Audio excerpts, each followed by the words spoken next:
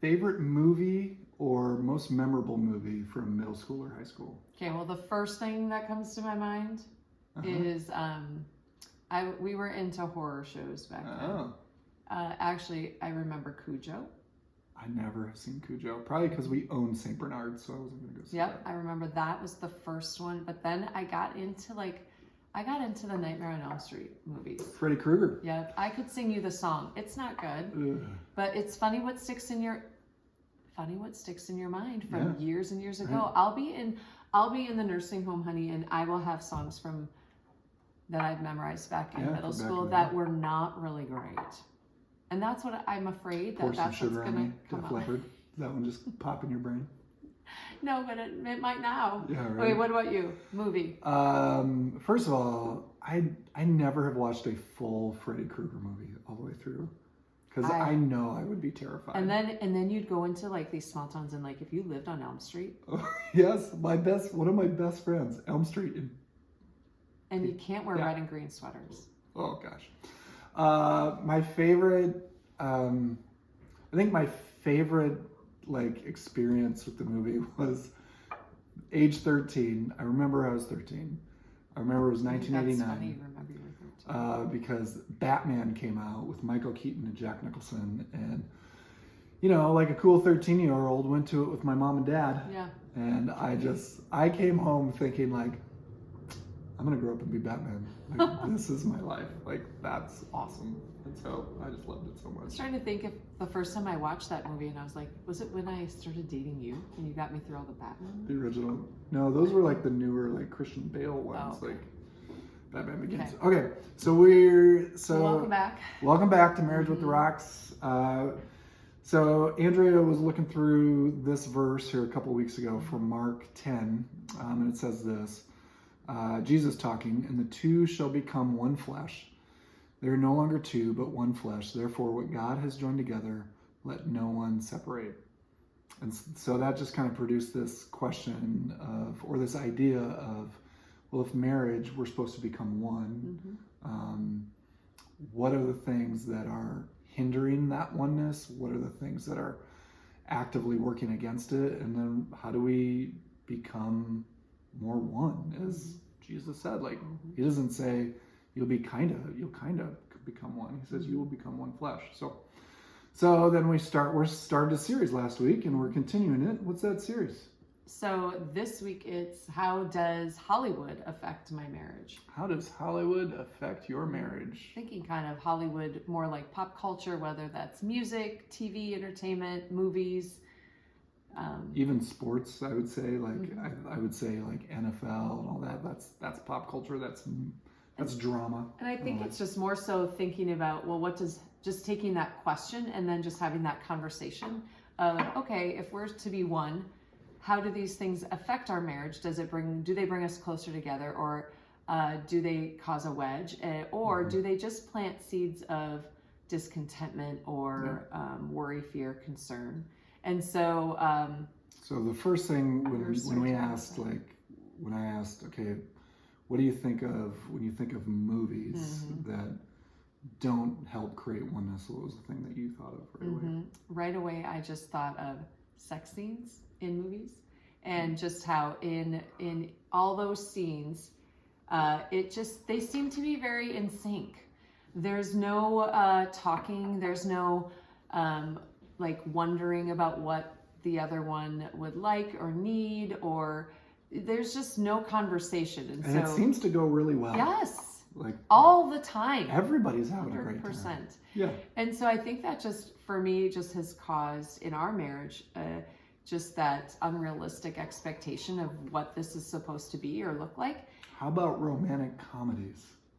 Yeah, that's where I'm supposed to go away, run from you, and then you're supposed to chase me every time. And you know what I'm supposed to do? I'm like, supposed to know exactly the right thing to say. That's what I hate about rom-coms. Like, the guy always says the exact right thing, which is unrealistic because he has 15 writers writing that line for him. That's so true. That's so true. And they had hours and days and weeks to think up that line. And in the moment, I'm like, I never say the right thing. That's what I feel like. But it's funny because even with both types of movies, I feel like that's something I've had to learn to guard my heart in.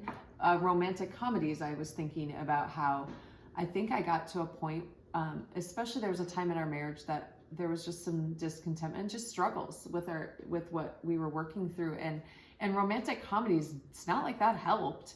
And so I just remember thinking, I think it's time for me to stay away a little while. Yeah, I know it was probably best for you more to seasonal. stop watching Matthew McConaughey.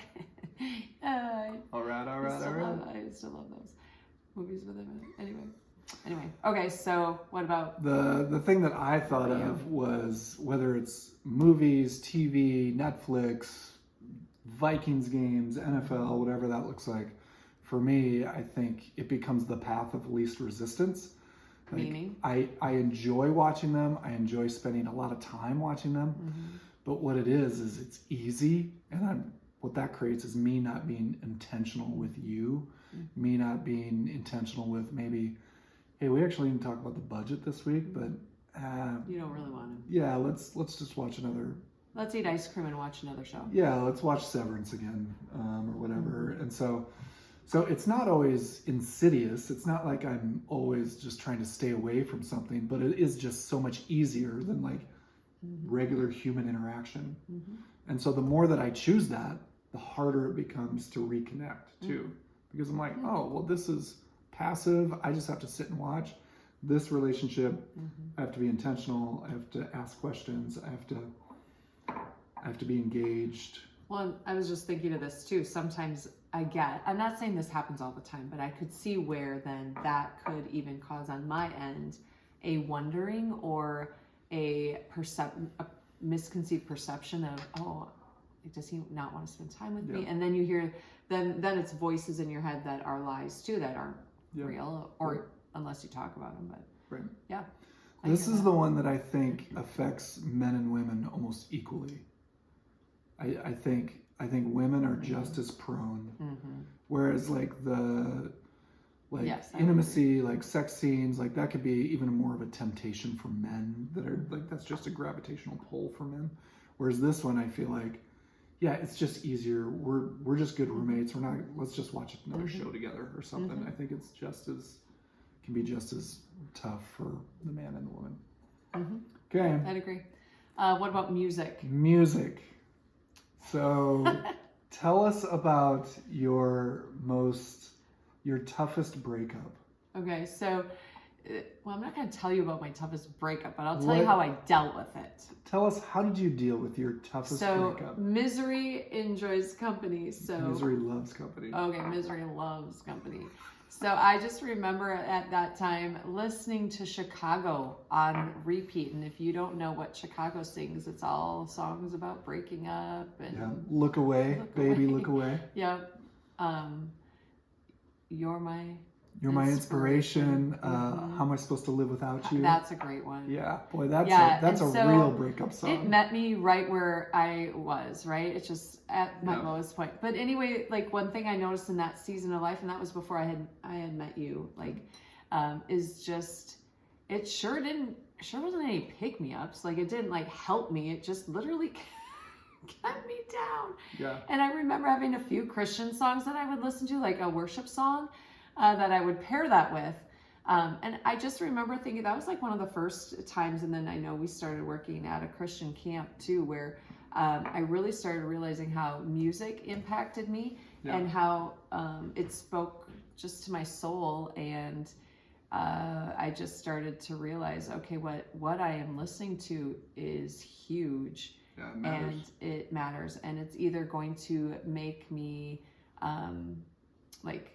provide hope and give me hope, and I think affect me in a good way, and all of a sudden I'm more positive, or it's going to remind me how miserable I am and keep me there, because that's kind of fun. Misery likes company, loves company. Misery loves company.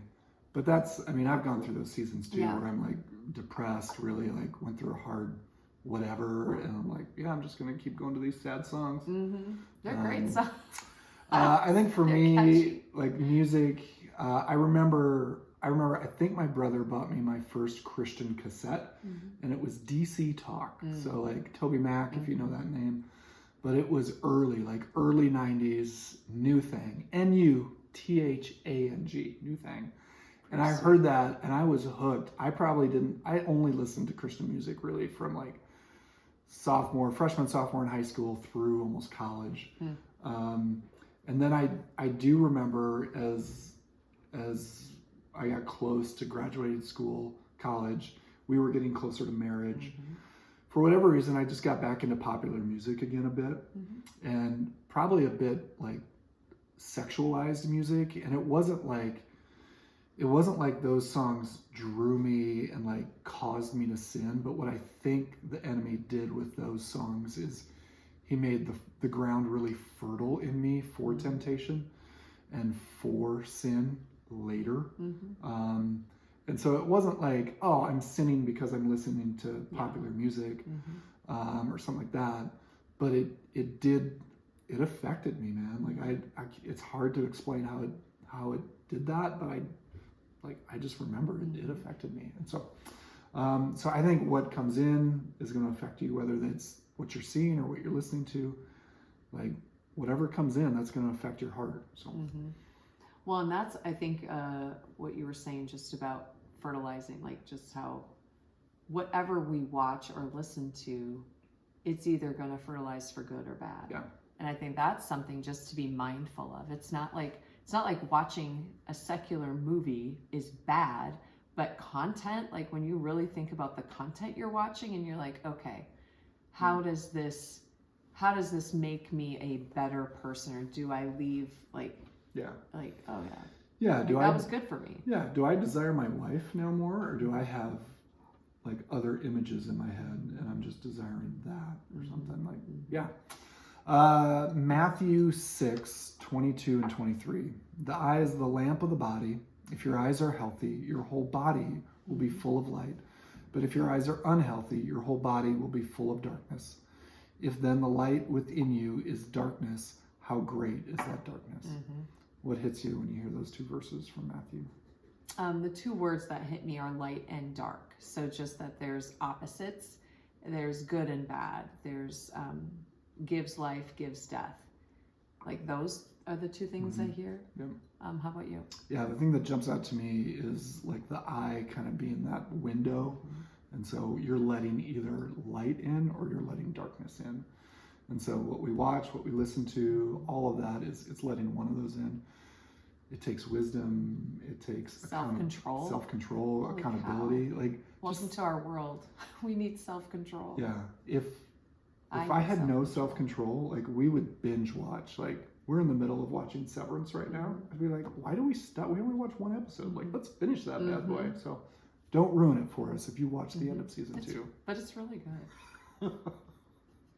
But yeah, I think that's just something to be mindful of, especially if you want a marriage that is one. And so coming back to the two shall become one, if we're intentional with what we watch and what we listen to, and then communicate, we were just talking about that too. It's like constantly communicate about specific things. It grows you together. Like yeah, you're brought together. So maybe the conversation for you tonight, the two of you, is just, hey, like how does Hollywood affect our marriage? Like, are we spending more time with Hollywood than we are with each other? Just be cognizant of that. Have a real conversation about that. And think of the content, right? Think of the content. Remember, think of the content. #AndreaRock. See ya. Bye.